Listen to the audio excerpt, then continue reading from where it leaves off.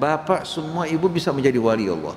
Nggak harus terbang di langit, nggak harus meramal tentang hari depan, nggak harus berubah batu menjadi mutiara.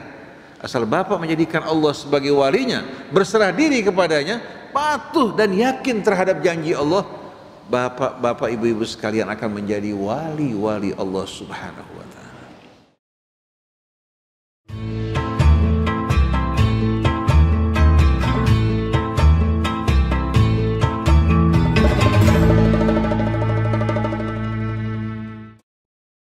Assalamualaikum warahmatullahi wabarakatuh.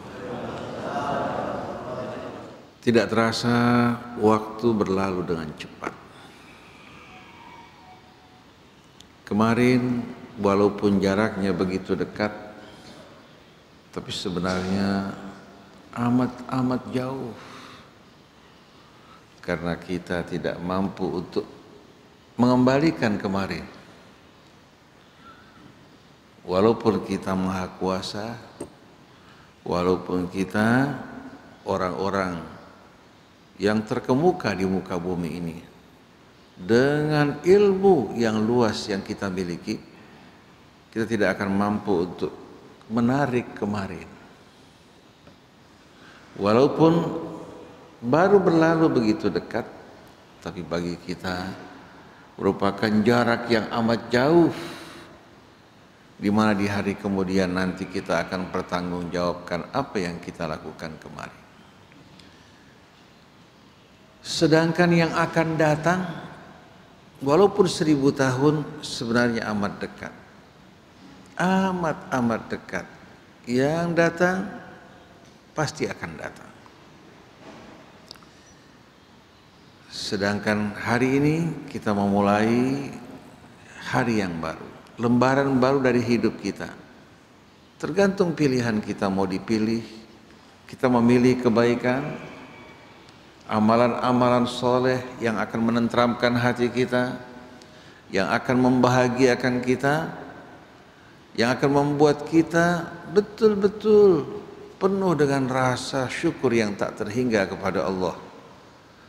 Atau kita akan isi dengan amalan-amalan yang membuat kita bersedih, berduka, dengan kata-kata buruk, perbuatan-perbuatan yang rendah dan hina, keingkaran kepada Allah, semua tergantung kepada pilihan kita masing-masing. Dan Allah Subhanahu wa ta'ala telah menetapkan ketetapan dan hukumnya, faman ya'mal mithqala dzarratin khairan yarah wa man ya'mal mithqala dzarratin syarran yarah.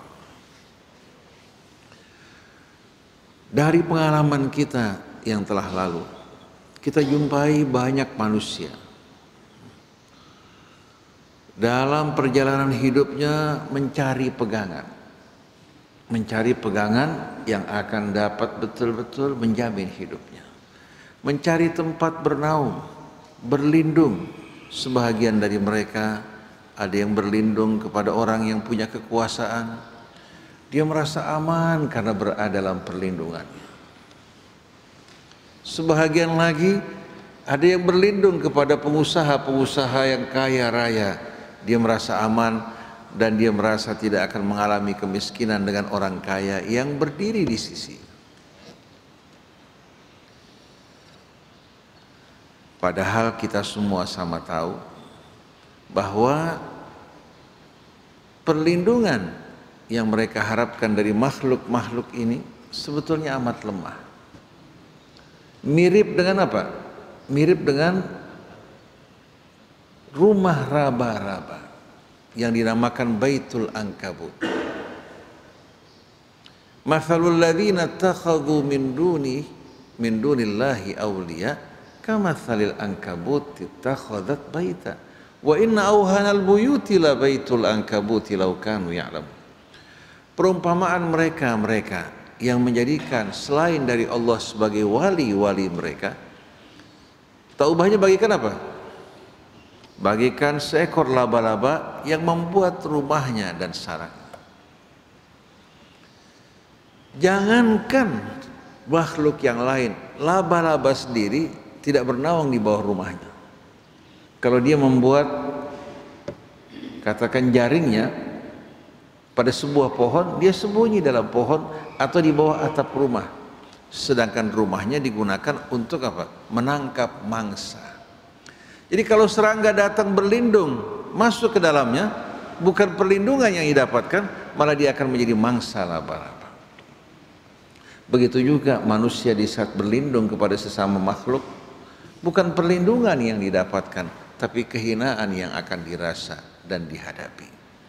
Jadi perumpamaan mereka yang berlindung kepada selain Allah, menjadikan selain Allah sebagai walinya, kamatsalil ankabuti takhadat baita, mirip dengan seekor laba-laba yang membuat rumah.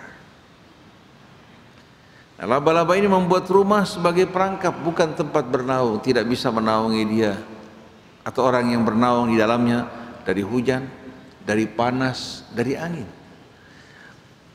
Rumahnya cepat dibangun, tapi cepat pula hancur. Cepat pula tidak bertahan lama. Oleh karena itu, orang yang paling menyesal, berduka, kecewa adalah orang-orang yang berlindung kepada sesama makhluk.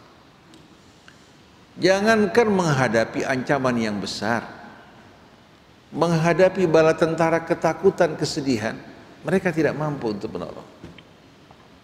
Menghadapi corona mereka tidak berdaya, padahal makhluk yang lemah dan kecil. Siapa di antara kita yang mampu untuk menangkal ancaman-ancaman yang datang dari Allah? Dan siapa yang mampu untuk melindungi kita? Tidak ada satu pun yang kuasa untuk melindungi kita. Dan siapa hadirin sekalian yang membantu kita untuk membuat jantung kita berdenyut, paru-paru kita kembang dan kuncup, pencernaan kita bekerja, begitu pula kedua ginjal kita. Begitu seseorang mengalami gangguan pada salah satu organnya, contohnya ginjalnya tidak bekerja, dia harus menjalani cuci darah, kehilangan harapan hidupnya. Kalau dia harus melakukan transplantasi cangkok ginjal, maka sepanjang hidupnya dia harus makan obat antihistamin, anti alergi. Karena apa? Karena benda asing yang masuk ke dalam tubuh manusia akan diserang beramai-ramai. Dan biaya yang harus dikeluarkan cukup mahal. Oleh karena itu, bapak-bapak dan ibu-ibu sekalian yang menikmati nikmat Allah, kesehatan yang Allah berikan, patut tidak kita bersyukur pada Allah Subhanahu wa ta'ala. Bagaimana kalau kita tidak mampu untuk buang angin? Buang angin yang sederhana. Atau tidak mampu untuk membuang kotoran dari makanan-makanan dan limbah yang kita makan. Bagaimana penderitaan kita? Atau bagaimana kita tidak mampu untuk membuang air seni kita, tertahan, membuat kita merasakan derita yang luar biasa. Semua ini merupakan nikmat-nikmat yang sering kita abaikan dan kita lupakan. Wa in ta'uddu ni'matallahi la tuhsuha. Oleh karena itu para jamaah hadirin hadirat sekalian, kepada siapa kita harus berlindung agar kita merasa aman, tidak merasa takut dan tidak merasa sedih? Kepada siapa? Kepada Allah Subhanahu wa ta'ala. Ini yang akan menjadi topik kajian kita pada pagi hari ini ya, di awal tahun 2021. Sebetulnya kita tidak berhubungan dengan tahun apa? Tahun Masehi ini ya, karena tahun Masehi hitungannya pun hitungan yang tidak akurat, bergantung pada gerakan bumi yang mengitari matahari. Berbeda dengan apa? Dengan tahun Hijri. Tahun Hijri ya, lahirnya hari baru jelas, begitu pula bulan yang baru. Berdasarkan tahun Hijri, lahirnya hari baru dengan terbenamnya matahari. Begitu terbenam matahari, maka lahirlah apa? Hari yang baru. Jadi bukan pukul 00 ya, tapi apa? Bersama terbenamnya matahari, maka lahirlah hari yang baru. Oleh karena itu awal Ramadan ditentukan dengan terbenamnya matahari, bulan terlihat, maka itu pertanda sebagai lahirnya Awal dari apa? Ramadan atau awal dari Idul Fitri. Jadi jelas bagi kita untuk menentukan lahirnya hari baru, lahirnya bulan baru. Berbeda dengan apa? Dengan tahun Masehi. Dalam tahun Hijri hanya ada 29, 30. Sedangkan tahun Masehi ada 28, 29, 30, 31. Kenapa? Karena hitungannya memang sifatnya perkiraan, bukan satu hal yang pasti. Seperti tahun apa? Tahun Hijri ya, di mana bulan itu sebetulnya pada apa? Pada umumnya 29 hari, tapi terkadang disebabkan karena posisi bumi ya, maka disempurnakan bulan menjadi 30 hari. Tapi pada umumnya 29 hari telah apa? Telah sempurna satu bulan. Nah, para jamaah sekalian, waktu ini semua merupakan modal bagi kita semua. Waktu merupakan modal. Nah, tinggal tergantung bagaimana kita mempergunakan modal kita. Keuntungan kita, kerugian kita, tergantung bagaimana kita memanfaatkan modal yang Allah berikan bagi kita. Oleh karena itu Allah bersumpah, Bismillahirrahmanirrahim, wal asri, demi masa. Kita semua tahu kata al-asru ya, diambil dari asara ya'siru asran, yang artinya apa? Memerah. Memerah. Oleh karena itu asir dalam bahasa Arab artinya jus. Artinya apa? Hasil dari perahan buah dinamakan asir atau jus. Nah, waktu juga tak ubahnya bagikan apa? Bagikan juser yang menjus apa? Kehidupan kita semuanya, dari masa-masa muda, masa-masa kuat, masa-masa segar, sehat, berubah menjadi orang yang tua renta. Tertinggal hanya ampas-ampas kehidupan, sedang sari-sari patinya diambil oleh waktu. Dan kemudian di hari kemudian nanti kita harus bertanggungjawabkan di hadapan Allah Subhanahu wa taala. Dan waktu berlalu begitu cepat, hingga begitu manusia dibangkitkan di hari kemudian nanti, Allah gambarkan bagaimana pandangan manusia di sana beda dengan hari ini. Wa yauma taqubus sa'atu yuqsimul mujrimuna ma labithu ghaira sa'ah. Begitu datang hari kebangkitan, orang-orang yang melakukan kejahatan, mereka bersumpah bahwa mereka tinggal di dunia hanya beberapa saat yang singkat. Padahal mereka telah hidup dalam waktu yang cukup panjang, tapi mereka apa? Hambur-hamburkan waktu mereka dalam kesenangan, lupa kepada hari akhir. Maka agar kita terbebas dari kesedihan, ketakutan. Judulnya pada ceramah kita pagi hari ini, bagaimana kita terbebas dari kesedihan dan ketakutan. Siapa yang dijamin oleh Allah Subhanahu wa taala untuk tidak merasa takut dan sedih? Allah berfirman dalam surah Fussilat, Innal ladzina qalu rabbunallah thumma istaqamu tatanazzalu alaihimul malaikatu alla takhafu wa la tahzanu wa abshiru bil jannati allati kuntum tu'adu nahnu awliya'ukum fil hayatid dunya wa fil akhirah walakum fiha ma tashtahi anfusukum walakum fiha ma tad'un. Dalam suratul Ahqaf, innal ladzina qalu rabbuna Allah thumma istaqamu fala khaufun alaihim walahum yahzanun. Mari bersama-sama kita renungkan ayat ini.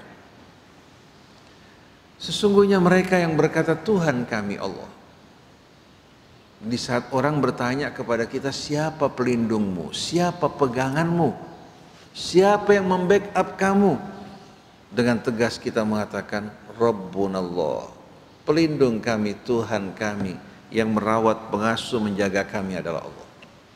Bukan hanya sekedar ucapan, tapi betul-betul dia istiqamah di atas prinsip ini. Fala khaufun alaihim walahum yahzanun, mereka tidak akan mengalami ketakutan dan tidak akan mengalami kesedihan. Dalam surah Fussilat, sesungguhnya mereka yang berkata Tuhan kami Allah, kemudian mereka istiqamah ya, di atas jalan tersebut, tatanazzalu alaihimul malaikah, Malaikat akan datang turun kepada mereka silih berganti. Tatanazzal ini menggambarkan apa? Malaikat berduyun-duyun silih berganti akan datang kepada mereka. Ketika orang mengalami ketakutan, ketika syaitan membisik-bisikkan ketakutan dan putus asa, malaikat datang memberikan hiburan. Walaupun mata tidak melihat, tapi hati merasakan, alla takhafu wa la tahzanu. Jangan kalian takut, jangan kalian bersedih. Wa abshiru bil jannati allati kuntum tu'adun, bergembiralah kalian dengan surga yang Allah janjikan bagi kalian. Kemudian mereka berkata, nahnu awliya'ukum fil hayatid dunya wa fil akhirah. Kami adalah wali-wali kalian dalam kehidupan dunia maupun dalam kehidupan akhirat.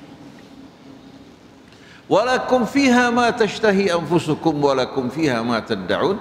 Bagi kalian apa saja yang kalian inginkan dan apa saja yang kalian minta, semua tersedia. Sedangkan dalam kehidupan dunia tidak mungkin kita akan mendapatkan semua yang kita inginkan.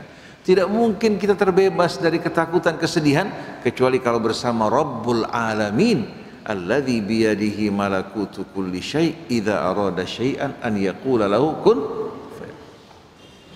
Jadi orang yang benar-benar hidup dalam suasana aman, terbebas dari ketakutan, hanya orang-orang yang berserah diri kepada Allah, mengikuti petunjuknya dan menyandarkan hidupnya kepadanya.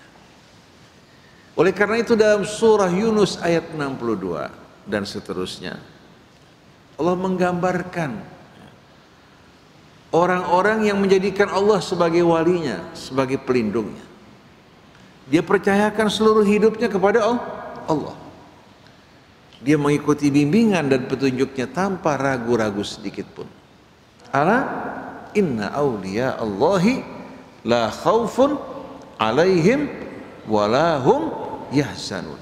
Ketahuilah sesungguhnya awliya Allah, wali-wali Allah, mereka tidak akan mengalami ketakutan dan tidak akan mengalami kesedihan. Siapa yang dimaksudkan Allah Subhanahu wa ta'ala sebagai awliya Allah? Apakah mereka orang pinter yang suka meramal, orang yang punya kesaktian mandraguna, orang yang bisa merubah batu menjadi mutiara? Sama sekali bukan. Yang dimaksudkan dengan aulia Allah, alladzina amanu wa kanu yattaqun, yaitu mereka yang beriman dan bertakwa kepada Allah. Itu mereka yang Allah gambarkan tadi, yang berkata Tuhan kami Allah, kemudian mereka istiqamah di jalan Allah Subhanahu wa ta'ala, menghormati maqam dan kebesaran serta keagungan Allah. Oleh karena itu bapak-bapak dan ibu-ibu punya kesempatan untuk menjadi wali Allah. Tapi dalam benak kita, dalam pikiran kita, wali-wali ini apa? Mereka-mereka yang punya karomat, yang bisa terbang di langit, yang bisa mengubah batu menjadi mutiara, yang punya kesaktian mandraguna, yang meramal tentang hari depan. Ini bukan gambaran wali sebagaimana yang dikehendaki Allah. Tapi yang Allah terangkan mengenai para aulianya, orang yang menjadikan Allah sebagai pelindungnya, berserah diri kepadanya, bergantung kepada Allah dalam seluruh urusannya, dan dia juga mengikuti bimbingan petunjuk Allah tanpa ragu-ragu. Begitu dia menjadikan Allah sebagai walinya, maka Allah juga akan mengangkat dirinya sebagai wali Allah. Kira-kira semua orang punya kesempatan apa tidak? Tidak harus ulama, tidak harus orang yang berjubah, tidak harus juga orang yang tamat dari luar. Bapak ibu bisa menjadi wali Allah kalau bapak ibu semuanya mempercayakan kehidupan bapak ibu kepada Allah. Oleh karena itu para aulia Allah, mereka tidak ragu-ragu sedikit pun. Di saat Allah mengajak mereka, mereka akan mengatakan sami'na wa ata'na. Di saat Rasul mengajak kepada mereka untuk kembali kepada Allah, mereka tidak akan ragu-ragu. Oleh karena itu para aulia Allah hanya akan menjadikan Allah sebagai walinya, akan menjadikan Rasul sebagai walinya, begitu pula orang-orang yang beriman. Mereka hanya akan menjadikan Allah, Rasulnya, dan orang yang beriman sebagai walinya. Mengapa? Kalau kita menjadikan Allah sebagai wali, kita tidak meragukan sedikit pun. Dia yang menciptakan kita. Dia menciptakan alam semesta dan seluruh isinya. Dia yang maha tahu, maha bijaksana, lagi maha kuasa. Sedangkan kita menjadikan Rasul sebagai wali kita karena dia membawa risalah dari Allah. Sedangkan menjadikan orang-orang yang beriman sebagai wali kita karena kita seiman, seiring dan seirama menuju tujuan yang sama. Oleh karena itu Allah berfirman, innama waliyukumullah wa rasuluhu walladzina amanu alladzina yuqimuna as-salah wa yu'tuna az-zakah wa hum raki'un. Sesungguhnya wali kalian adalah Allah. Kemudian Rasulnya yang membawa risalah dari Allah. Kemudian orang-orang yang beriman, yang seiring seirama, memiliki tujuan yang sama dengan kalian. Mereka-mereka yang mendirikan salat, mengeluarkan zakat mereka, dan mereka tunduk di hadapan kebesaran dan keagungan Allah. Jadi kita harus betul-betul dapat membedakan siapa yang mesti kita jadikan sebagai wali kita dan siapa-siapa yang harus kita berlepas tangan dari mereka, agar antara yang hak dan batil jelas. Baik kita orang yang di atas maupun orang yang di bawah, hati kita tidak pernah sama sekali berubah kesetiaan kita kepada Allah Subhanahu wa ta'ala, kepada Rasulnya maupun kepada orang yang beriman. Nah, Allah Subhanahu wa ta'ala akan menguji kita di hadapan godaan harta, jabatan, wanita, dan berbagai macam kesenangan dunia. Apakah ini akan menggoyahkan kita, memalingkan kita atau tidak? Kalau kita tetap tegar dalam kebenaran, kita bersama Allah baik dalam senang maupun susah, dalam lapang maupun sempit, kita berhadapan dengan tawaran bujukan yang menggoda dan menarik, kita mengatakan apa yang Allah berikan kepada saya lebih baik dari apa yang kalian tawarkan. Kalian merasa bangga dengan apa-apa yang kalian tawarkan, padahal semua itu begitu kecil di hadapan Allah Subhanahu wa ta'ala. Seperti ucapan Nabi Sulaiman di hadapan utusan Balqis, atumiddunani bimalin fama atani Allahu khairum mimma atakum. Apa kalian akan sogok saya dengan uang? Apa yang Allah berikan buat saya lebih baik daripada apa-apa yang kalian tawarkan yang ada pada kalian. Ini seharusnya orang yang beriman, walaupun tinggal dalam sebuah gubuk bersama istrinya, bersama anaknya, punya kebesaran hati, punya kekayaan yang tidak dimiliki oleh mereka-mereka yang tinggal di istana yang megah. Kalau bapak ibu renungkan nikmat yang Allah berikan pada kita, tak terhingga. Kesehatan yang Allah berikan pada jantung kita saja harganya amat mahal. Saya kenal seorang pengusaha terkemuka, terkenal. Dia berhubungan dengan dunia perdagangan internasional, bukan hanya sebatas ya dalam skala apa? Dalam skala nasional, tapi berhubungan dengan dunia luar. Di kamar dia ya, ada telepon yang berhubungan dengan Eropa, dengan wilayah Asia, dengan wilayah Amerika. Telepon berbunyi, ya, dia tahu dari mana datangnya. Dia sebagai seorang pengusaha yang bekerja dalam bidang nikel dan baja. Dia bilang, Ustadz bagaimana Ustadz? Saya punya usaha dalam bidang baja, steel, termasuk juga nikel, yang digunakan juga untuk membuat senjata. Saya ikut bertanggung jawab tidak dalam masalah ini? Hartanya melimpah, tapi yang mengenaskan kedua ginjalnya tidak berfungsi. Jadi dia bekerja dari rumahnya, tidak bisa kemana-mana, 2 hari sekali dia harus berangkat ke rumah sakit untuk cuci darah. Sekali waktu, di saat dia sudah mulai merasa jenuh, ya, dia berangkat ke kota suci Mekah mengadakan umroh, kemudian dia bertawaf, ya. Dia ingin menyelesaikan hidupnya. Jadi dia tidak ingin cuci darah, tapi ingin mengakhiri hidupnya dalam keadaan bertawaf. Subhanallah, karena telah tiba saat dia melakukan cuci darah, dia tidak lakukan, tubuhnya keracunan terkapar di depan Ka'bah. Sewaktu dia bangun, dia pikir sudah berangkat ke akhirat. Waktu dia buka matanya, ternyata berada di salah satu rumah sakit. Dan di kartu dia ada kartu member dengan rumah sakit tersebut untuk cuci darah. Jadi begitu orang periksa keadaan dia, dibuka identitasnya, ditemukan kartu tersebut, langsung dibawa ke rumah sakit tersebut. Akhirnya di luar kesadarannya, cuci darah dilakukan, dia hidup kembali. Nah, terakhir dia bertemu dengan saya mengatakan, Ustadz, kenapa Allah coba saya dengan ini? Kenapa? Dia bertanya-tanya kenapa? Dia merasa dia banyak berbuat baik, dia banyak berinfak. Saya katakan, kamu seharusnya bersyukur pada Allah. Kamu dengan cobaan ini punya kesempatan bertaubat, memperbaiki diri kamu. Pada saat dia sehat, genitnya luar biasa. Tidak ada tempat kesenangan di dunia ini, dimanapun, kecuali dia pernah pergi. Sampai dia pergi ke tempatnya di daerah Spanyol, ya, yang dikenal sebagai Shangri-La, surganya bagi orang-orang yang mencari kesenangan. Dia berangkat ke sana bersenang-senang. Tidak boleh memandang wanita cantik kecuali apa? Langsung akan apa? Akan berubah penampilannya. Berkumpul sering di tempat-tempat hiburan, tempat-tempat diskotik, tempat-tempat dansa. Dia nggak mampu untuk meninggalkan kebiasaannya.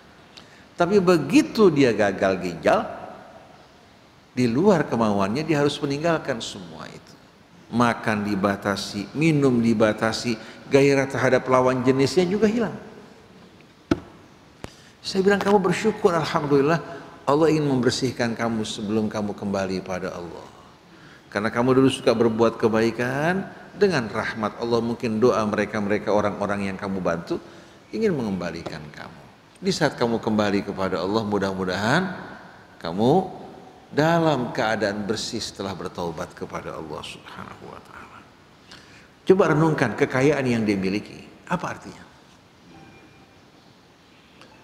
Seandainya ada orang mau bertukar 2 ginjalnya untuk orang ini, kemudian hartanya semua diambil, dia siap. Karena harta gampang dicari. Dia punya pengalaman dalam bidang bisnis, katakan harta dalam sejumlah besar, ya, ditukar dengan 2 ginjal yang sehat, dia siap memberikan. Jadi ternyata bapak ibu ini sebetulnya lebih kaya dari orang-orang seperti ini. Betul tidak? Karena kalau ginjal terganggu, efeknya kemana-mana. Ternyata selama ini kita tidak mensyukuri nikmat Allah Subhanahu wa ta'ala. Nah, sekarang kita mengawali tahun baru Masehi. Kalau buat saya, setiap hari baru merupakan lembaran baru yang mesti kita jaga. Jangan berbicara yang tidak senonoh, jangan berbuat yang tidak baik, tapi isi lembaran hidup kita dengan sesuatu yang membuat kita tersenyum dan bahagia. Terkadang saya menghadapi serangan-serangan dan fitnah melalui YouTube, melalui Facebook. Lalu orang bertanya, kenapa kamu tidak jawab, Ustadz? Saya bilang, saya takut nanti keluar dari mulut saya sesuatu yang bakal merugikan saya. Akhirnya lembaran saya ini, ya, berisikan hal-hal yang tidak baik. Ini kerugian buat saya. Tapi kalau saya berdiam bersabar, fitnah-fitnah tersebut akan berbalik kepada mereka. Wa makaru wa makarallah wallahu khairul makirin. Dosa saya diampuni. Kalau dia taubat, kita doakan agar diampuni Allah Subhanahu wa ta'ala. Tapi kalau dia tidak bertobat dengan perbuatannya hingga kembali pada Allah, kita tidak mau sama sekali terlibat dengan orang seperti ini. Kita nggak mau di akhirat berhenti untuk hitung-hitungan. Kita minta Allah Subhanahu wa ta'ala melimpahkan karunia-Nya pada kita, bukan kita mengambil apa? Mengambil dari orang lain. Kalau kita setiap saat harus berhenti hitung-hitungan, kan waktu kita habis. Orang sudah masuk ke dalam surga, kita masih berhitung coba dapat recehan. Coba kalau kita berlapang dada memberikan maaf dan bersabar, kita dapat karunia dari Allah Subhanahu wa ta'ala yang maha besar. Tidak harus mampir-mampir, berhenti. Kalau kita pernah berbuat salah, kita berharap pada Allah agar Allah Subhanahu wa ta'ala mengampuni dosa kita. Kalau ada sangkut paut kita dengan manusia yang belum kita selesaikan, sebagaimana kita memberikan maaf kepada orang-orang yang bersalah, kita berharap Allah membantu kita untuk menanggung kesalahan kita yang belum kita selesaikan dengan orang lain. hidup di dunia ini singkat dan pendek. Kalau kita sia-siakan dengan amal-amal perbuatan yang hina, perkataan yang kotor, semuanya hanya akan merugikan diri kita. Di dunia kita boleh petantang-petenteng merasa kita berkuasa, merasa kita punya media, merasa kita punya senjata, merasa kita punya pasukan dan kekuatan. Tapi begitu kita meninggalkan dunia, baru pada saat itu kita merasa betapa lemahnya diri kita. Oleh karena itu, manusia ini kebanyakannya tidur. Dalam tidur dia bermimpi. Dia punya rumah yang mewah, punya kendaraan mewah, punya istri yang cantik, punya anak yang membanggakan. Begitu dia meninggal dunia, baru dia melek dan bangun. Ternyata semua ini hanya mimpi. Ada nggak hartanya yang dibawa? Istrinya yang cantik, anak-anaknya, anak-anak kita, keluarga kita. Begitu kita meninggal dunia, banyak orang datang belasungkawa menghibur mereka. Sedangkan kita dalam kubur, siapa yang menghibur kita? Anak-anak, istri katakan, menangis. Menangis siapa? Menangis yang meninggal apa menangis diri mereka? Coba renungkan. Waktu seorang wanita anak ditinggalkan oleh suaminya, atau sebaliknya suami ditinggalkan istri atau anak, sebetulnya waktu orang menangis, menangis siapa? Menangisi diri sendiri yang ditinggalkan, apa menangisi orang-orang yang meninggal?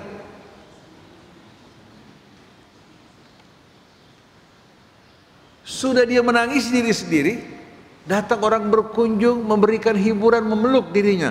Lalu siapa yang menghibur kita dalam kubur kita? Siapa yang membelai kita? Ternyata yang bersedih juga bersedih untuk dirinya karena ditinggalkan oleh orang yang dicintai. Bersedih untuk dirinya karena orang yang selama ini memikul tanggung jawabnya, beban hidupnya, meninggalkan dirinya. Oleh karena itu, kalau kita tidak berbekal untuk hari akhir, siapa yang akan memberikan bekal untuk kita? Kalau kita tidak mempersiapkan saat-saat kita bahagia tertawa di hari akhir, siapa yang akan membahagiakan kita pada saat kita meninggalkan dunia ini? Oleh karena itu, daripada kita menghabiskan waktu kita dalam hal-hal yang sia-sia, kita mengurus dan melihat kekurangan orang lain, lupa akan kekurangan diri kita. Akhirnya seharusnya kita bertaubat, mohon ampun kepada Allah dari kesalahan kita. Justru kita menghabiskan waktu untuk membicarakan, mengkritik kesalahan orang lain yang akan menjadi beban buat kita di hari kemudian nanti.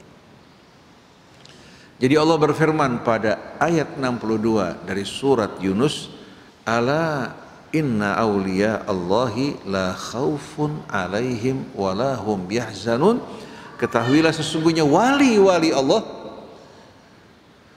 mereka tidak akan merasa takut dan merasa sedih, karena mereka menjadikan Allah sebagai pelindung mereka. Mereka percayakan hidup mereka kepada Allah. Pada saat hidup, mereka tidak mengalami ketakutan. Pada saat orang takut menghadapi corona, dia menghadapi corona dengan tenang dan pasrah kepada Allah. Dia menjaga dirinya. Kalau seandainya dia sakit, terkena penyakit, menjadi kafarah bagi dosanya. Seandainya dia meninggal dunia, dia meninggal dalam keadaan syahid. Seandainya dia dibangkitkan, dia tidak risau. Karena apa? Karena Tuhan yang melindungi dirinya di dunia juga menjadi pelindungnya di hari akhirat nanti. Kami adalah pelindung-pelindung kalian dalam kehidupan dunia maupun dalam kehidupan akhirat. Bagi kalian segala apa yang kalian inginkan dan kalian minta, semua tersedia. Nuzulan min ghafurir rahim, hidangan suguhan dari yang maha pengampun lagi maha penyayang. Jadi ala inna awliya Allahi la khaufun alaihim walahum yahzanun. Siapa mereka? Alladzina amanu wa kanu yattaqun, yaitu mereka yang beriman dan bertakwa kepada Allah. Lahumul busyra fil hayatid dunya.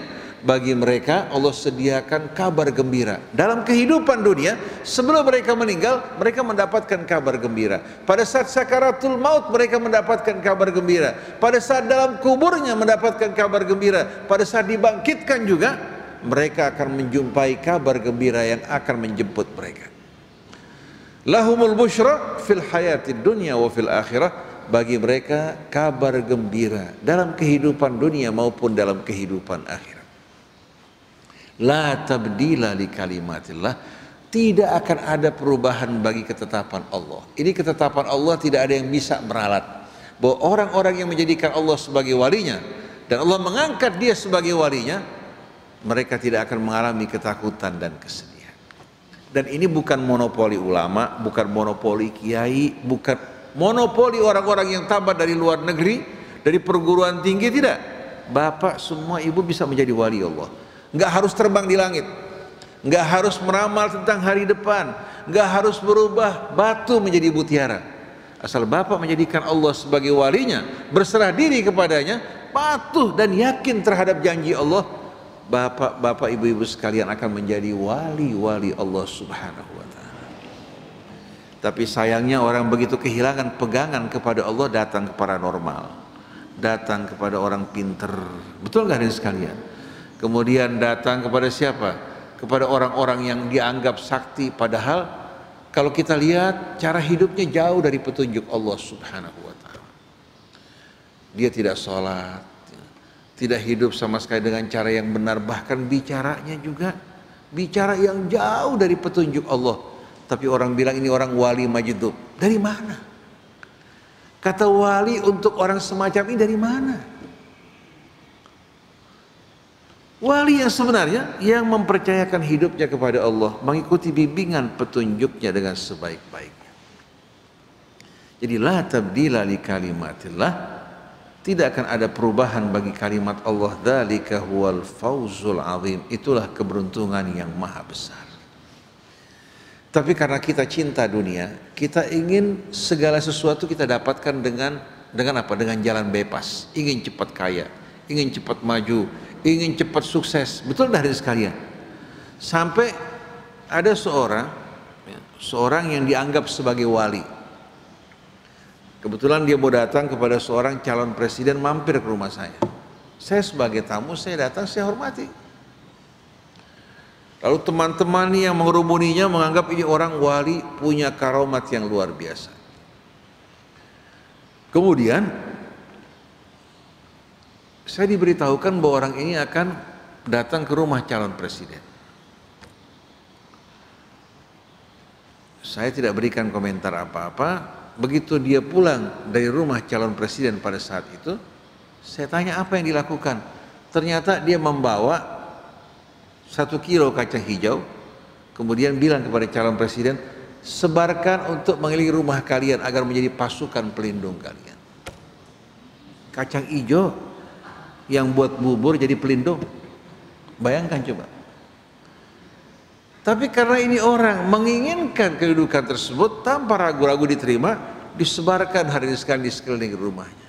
Nah kalau orang berlindung kepada kacang hijau, bayangkan orang ini lemah apa kuat? Berlindung kepada kacang hijau. La haula wala quwata illa billahil aliyyil azim. Ini yang saya bicarakan bukan cerita kosong, tapi true story. Jadi bagaimana mereka-mereka ini yang cinta dunia, yang cinta jabatan kedudukan, segala cara mereka lakukan walaupun cara tersebut tidak benar. Ini yang Allah gambarkan, perumpamaan mereka yang menjadikan selain Allah sebagai walinya, bagaikan seekor laba-laba yang membuat rumah, bukan sebagai tempat berlindung, tapi sebagai mangsa bagi serangga-serangga yang mampir kepadanya. Wa inna auhanal buyuti labaitul ankabuti law kanu ya'lamun. Ketahuilah sesungguhnya serapuh-rapuhnya rumah, sehina-hinanya rumah, rumah laba-laba kalau mereka tahu. Karena rumah ini bukan tempat berlindung. Subhanallah, sekejap laba-laba membangun rumahnya, tapi dengan mudah juga rumahnya dihancurkan dengan cepat. Orang yang ingin cari kesuksesan dengan cepat, dengan jalan yang tidak benar, sama dengan seekor laba-laba yang membangun rumahnya. Oleh karena itu jangan kita dibuat tertipu oleh kehidupan dunia. Saya pernah menjalani kehidupan yang sederhana. Di pesantren tidak ada lampu listrik, menggunakan semprong. Kalau kita baca buku, hidung kita penuh dengan asap yang hitam. Kita juga jarang makan daging. Mungkin setahun sekali kalau ada peringatan Maulid kita makan daging. Bahkan kita dihidangkan kepala kambing yang masih penuh bulunya. Tidak diberikan bumbu macam-macam. Pada saat itu kita menikmati luar biasa hadirin sekalian. Kenapa? karena kondisi tidak ada kan. Tapi subhanallah pada saat itu kita amat bahagia. Hubungan teman persahabatan itu luar biasa lebih akrab daripada apa? Hubungan persaudaraan saat ini. Saling merindukan, saling ingin berjumpa, kita datang berkunjung ke rumah mereka, mereka datang ke rumah kita, itu di saat bertemu kebahagiaan yang luar biasa. Pada saat itu terkadang kita makan makanannya sederhana. Kita di pesantren ngebor lindung, cari lindung di sawah-sawah. Kalau sekarang sudah nggak ada karena pestisida. Dulu lindung satu petak itu isinya banyak. Kemudian memasaknya juga tidak repot-repot karena kondisi kita juga nggak punya macam-macam. Kita ambil lindung, sebelum dibersihkan kita bakar di kompor. Baru kita kupas, kita buang isinya hadirin sekalian. Itu merupakan makanan yang nikmat pada saat itu. Kita makan jantung pisang, sayur jantung pisang, makan rebung, makan laksa, itu makanan-makanan yang nikmat luar biasa buat kita semuanya. Asal kita makan hadirin sekalian hanya dengan tempe sama sambal, tumis, sudah kenikmatan yang luar biasa. Allah berikan kenikmatan walaupun dengan makanan sederhana. Tapi berapa banyak sekarang orang punya uang, dia bertanya-tanya mau makan apa hari ini. Padahal di rumahnya di meja makan penuh makan, dia nggak nafsu. Tapi mau beli makanan-makanan yang datang dari luar, yang tidak bersih, yang tidak sehat, yang menggunakan lemak yang berlebih-lebihan, itu yang mereka inginkan. Nasi goreng buatan ibunya jauh lebih baik, tapi beli dari restoran nasi goreng yang warnanya waliyahzubillah warna saus merah yang kita nggak tahu apa isi. Di rumah tersedia makan macam-macam, dia beli hadirin sekalian sosis yang nggak tahu dari mana penyembelihannya, masaknya juga menggunakan asap, kemudian bungkusnya juga usus. Bayangkan coba hadirin sekalian, bagaimana selera kita apa? Selera kita betul-betul telah terbalik. Kemudian di tengah-tengah semua ini, jangankan antara teman, antara saudara dan saudara, antara sahabat family, hampir dikatakan mereka jarang bertemu kalau mereka berpisah rumah. Kalau dulu pertemuan bersama teman itu merupakan saat-saat lebaran buat kita semua. Saling membantu kalau ada yang susah. Walaupun mereka susah, tapi mereka masih menyisihkan apa yang mereka punya untuk membantu saudara-saudara mereka. Jadi pada saat ini kita kehilangan nikmat-nikmat yang amat banyak. Kita melihat materi, kita mengukur manusia juga dengan materi, kita lupa bahwa selama ini kita telah kehilangan rahmat dalam hati kita semua. Oleh karena itu para jamaah, jangan biarkan diri kita hanyut tertipu bersama kesenangan dunia ini yang singkat. Mari betul-betul kita syukuri nikmat Allah, hargai apa yang Allah berikan kepada kita, dan usahakan pilih makanan-makanan yang bersih, yang halal dan thayyib. Ini yang akan menumbuhkan di hati kita rasa rahmat. Tapi makanan-makanan yang tidak thayyib ini yang akan merusak kehidupan kita semua. Hidup sebetulnya kalau kita jalani dengan kita mengikuti petunjuk Allah, bersama Allah tidak akan pernah ada kesedihan. Orang bertanya, bukankah Allah berfirman la yukallifullahu nafsan illa wus'aha. Allah tidak akan memberikan beban kepada seseorang kecuali sesuai dengan kemampuannya. Kenapa ada sebahagian orang mengalami beban hingga dia putus asa bunuh diri? Pertanyaannya, apakah bebannya di luar kemampuannya? Apakah dia menempuh jalan yang salah? Beban yang dihadapi oleh setiap orang. Contohnya, seorang kehilangan istri yang dicintai, atau seorang kehilangan anak yang dicintai, dia putus asa, dia mau bunuh diri. Seperti Presiden Amerika sekarang ini, istrinya sama anak-anaknya meninggal dunia, mengalami kecelakaan. Pada saat itu dia mengalami rasa putus asa dan hampir bunuh diri, tapi Allah selamatkan diri. Nah saya mau tanya, memang yang ditinggalkan istri sama anak cuma dia aja? Banyak manusia ditinggalkan oleh orang yang dicintai, tapi mereka tidak putus asa, tidak bunuh diri. Berarti persoalannya cara hidup yang tidak benar. Kalau dia bergantung pada Allah, mengikuti petunjuk Allah, niscaya dia akan terbebas dari ketakutan maupun kesedihan. Jadi bukan bebannya di luar kemampuan dia, tapi dia tidak menjaga kesehatan jiwanya. Contohnya, orang umurnya sama, makanannya sama, semuanya sama, cuma yang satu sakit, yang satu sehat. Kira-kira kemampuannya berbeda apa tidak?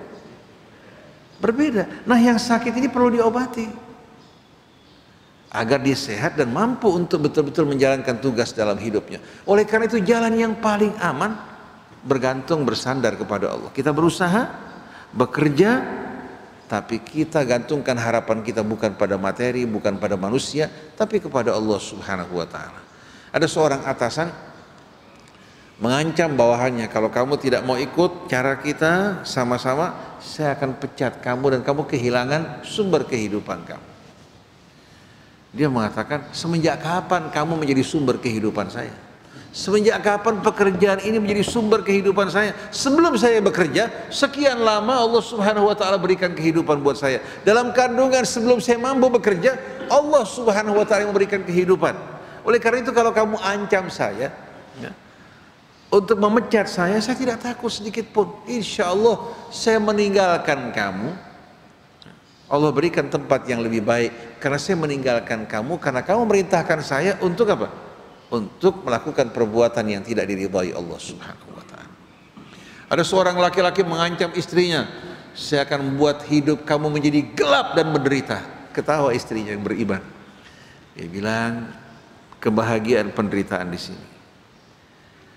Kamu bisa menceraikan saya, meninggalkan saya, tapi untuk merampas kebahagiaan di hati saya mustahil. Karena saya percayakan hidup saya kepada Allah, bukan kepada kamu. Saya menikah dengan kamu sebagai suami, ya, teman hidup yang mendampingi saya menuju Allah. Tapi kalau seandainya kamu, ya, tidak suka dengan cara saya, lebih baik kita berpisah menempuh jalan masing-masing. Kamu tidak akan menemukan kebahagiaan kamu bersama saya, dan saya tidak akan menemukan kebahagiaan saya bersama kamu. Pernikahan bukan perbudakan, tapi pasangan suami istri menikah agar mereka dapat menjalankan amanat Allah Subhanahu wa ta'ala. Jadi jangan beranggapan seolah-olah apa? Hidup orang lain di tangan kita, istri maupun anak kita. Saya merasa anak-anak saya, ya, katakan mereka hidup dari rezeki yang Allah berikan kepada saya nggak merasa menghidupkan mereka. Ini cuma liwat melintasi saya, hanya melintasi saya.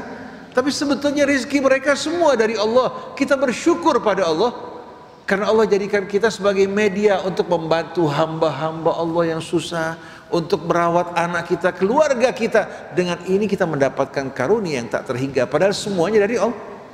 Oleh karena itu Bapak Ibu, mari bersama-sama kita menghadapi kehidupan dengan senyum, penuh rasa percaya diri, dengan mempercayakan hidup kita kepada Allah. Pada saat itu Bapak Ibu akan menjadi wali-wali Allah. Tidak perlu gentar menghadapi mereka-mereka yang bisa terbang di langit, atau mereka-mereka yang bisa merubah batu menjadi mutiara. Tidak perlu khawatir, tidak perlu merasa minder. Apa yang Bapak bawa, ya, dan Ibu ke hadapan Allah dengan bekal kepasrahan, ketergantungan padanya, ini merupakan jalan yang paling mulia. Oleh karena itu apabila kita ingin menjadi orang yang mulia, hendaklah kita berserah diri kepada Allah. Wa man yatawakkal 'alallah fahuwa hasbuh.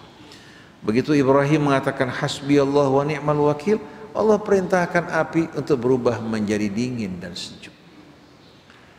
Kira-kira api tunduk gak pada perintah kita? Allah bukan padamkan apinya, tapi perintahkan kuni bardan wasalaman ala Ibrahim. Jadilah kamu sejuk dan membawa keselamatan buat Ibrahim. Oleh karena itu tidak penting kita di mana. Kalau kita bersama Allah, Allah akan membuat tempat yang sepi menjadi ramai, tempat yang miskin menjadi kaya. Lihat, Nabi Ibrahim meninggalkan istrinya di padang yang tak bertuan. Sekarang negeri tersebut menjadi negeri yang paling luar biasa dirindukan orang-orang yang beriman. Betul dah hadirin sekalian. Jadi jangan pernah merasa khawatir, berbesar hati, percaya diri, kemudian pasrahkan hidup kita kepada Allah. Yang tukang soto, jalankan dengan bersih. Yang tukang sate, yang tukang bubur, yang tukang cendol, kerja dengan jujur, pasrahkan diri kita kepada Allah Subhanahu wa ta'ala. Insya Allah Allah akan buka pintu rezekinya. Saya tambahkan satu lagi contoh. Kenal nggak Mustafa Syamsuddin? Pernah dengar nggak sekali? Kalau ada yang pernah ke Singapura, di Singapura terdapat pusat perdagangan yang dikenal dengan nama Mustafa Syamsuddin di wilayah Serangoon. Ketika saya dulu mondar-mandir ke Singapura pada tahun 90-an, itu dia punya gedung mungkin hanya sepanjang ini, sedikit lebih panjang dari sedikit gedungnya. Jual barang-barang serba ada. Sebelum dia memiliki gedung ini, Mustafa Syamsuddin ini seorang pedagang teh tarik. Dia minta izin kepada pemilik toko untuk dagang depan tokonya. Dia bayar sedikit. Dia bikin teh tarik yang siap saji. Kalau waktu kosong dia menghafal Quran. Dia membaca Quran dan menghafalnya. Orang India asalnya. Dia seorang hafidz Quran. Begitu pula anak-anaknya juga disuruh membaca menghafal Al-Quran. Dari dia sewa tempat di depan sampai punya toko serba ada. Allah kasih subhanallah. Kalau orang pergi ke Serangoon sekarang, orang akan lihat pusat perdagangan dia tuh merayap seperti rayap, berkembang dengan pesat sampai wilayah tersebut dikuasai dari mulai perdagangan barang-barang yang makan, semua kita mau cari barang makan hampir di belahan dunia di sana ada. Kemudian perdagangan emasnya, money changernya, semua barang tersedia di tempat dia, dari mulai yang murah sampai yang mahal. Kalau seandainya dia pinjam sesuatu dari pemerintah Singapura, tidak perlu bawa jaminan macam-macam, pemerintah akan kucurkan. Dan tempat-tempat yang berdagang di sekeliling dia sampai hotel-hotel penuh dan mahal harganya disebabkan karena usaha dia. Dipunyai oleh pengusaha muslim yang asalnya pedagang teh tarik, Allah berikan rahmat keberkahan buat mereka. Ketika di Orchard Road, di pusat perdagangan kota, sepi, orang kalau mau belanja susah, artinya toko-toko itu mau jual barang susah. Di tempat dia tidak pernah berhenti dan dibuka 24 jam. Jadi orang bisa belanja jam 2 malam, jam 1 malam, masuk ke pertokoan dia dalam keadaan ramai. Sedangkan Orchard Road, begitu maghrib, mulai orang bubar semua keluar. Sedangkan Mustafa Syamsuddin 24 jam tokonya terbuka. Ini semua hadirin sekalian bukan karena kepandaian Mustafa Syamsuddin, tapi rahmat keberkahan yang Allah memberikan. Buat bapak ibu juga bisa. Kalau Allah memberikan buat bapak ibu, asal hati betul-betul kita berserah diri pada Allah, kita berusaha bekerja dengan baik, insya Allah Allah berikan buat kita rahmat keberkahan di dunia maupun di akhirat. Mudah-mudahan Allah subhanahu wa ta'ala buka pintu rahmat keberkahan yang seluas-luasnya buat bapak ibu sekeluarga semua, buat anak, menantu, sanak, family. Kemudian Allah subhanahu wa ta'ala ampuni dosa-dosa kita yang lampau, perbaiki amal kita, luruskan hidup kita, bersihkan lisan kita, jaga pandangan kita, pendengaran kita, kemaluan kita, anggota tubuh kita dari apa yang diharamkan Allah subhanahu wa ta'ala. Jadikan kita hamba-hambanya yang selalu bertaubat kembali kepadanya, berlomba-lomba dalam mengerjakan kebaikan, menjadi contoh pertama di keluarga kita, kemudian di tengah-tengah masyarakat di sekitar kita, mengajak kepada yang ma'ruf, mencegah dari yang mungkar dengan mengharapkan ridha Allah subhanahu wa ta'ala semata. Amin ya rabbal alamin. Subhanakallahumma wa bihamdik, asyhadu an la ilaha illa anta astaghfiruka wa atubu ilaik, wal afu minkum, wassalamu alaikum warahmatullahi wabarakatuh.